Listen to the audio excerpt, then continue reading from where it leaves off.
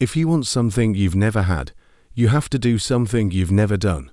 It's a simple sentence, but it carries the weight of transformation. Most of us stay in our comfort zones, repeating the same routines, the same patterns, expecting life to magically change. But think about it. If the life you want was inside the comfort zone, you'd already have it. Growth begins the moment you take that first step into the unknown. It's scary, yes, but it's also where life starts to expand. Fear will whisper, "What if you fail?"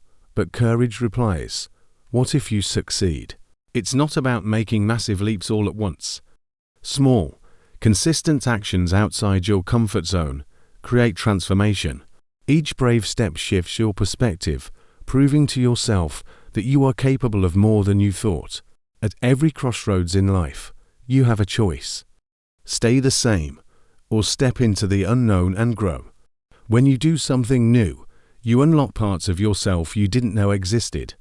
That's where transformation helps you become the better you. So ask yourself, what's one thing you can do today that you've never done before? Because the life you want isn't waiting inside your comfort zone. Make today the day you decide to step into growth.